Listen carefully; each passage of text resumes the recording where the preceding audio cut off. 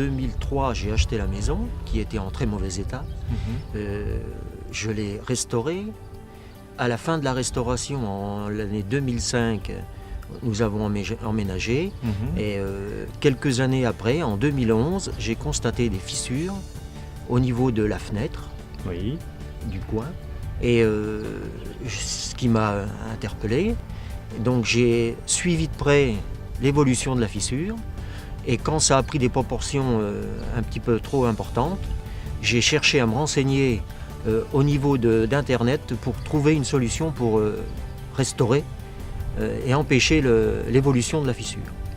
Très bien. Ce qui m'a permis de vous trouver et vous contacter, et ensuite vous êtes intervenu, ce qui est formidable. En faisant votre recherche sur Internet, vous avez trouvé d'autres techniques de consolidation? Oui, il y avait d'autres techniques, le micro-pieu, qui consiste à enfoncer des pieux en fer et couler du béton tout autour de la maison. Pourquoi vous avez choisi alors la technique de l'injection de résine? Pour moi, l'intervention que vous faites est plus simple.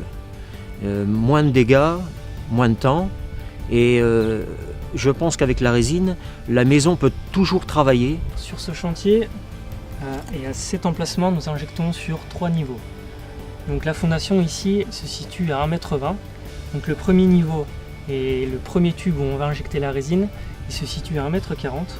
Le second à 1,80 m et le dernier à 2,20 m.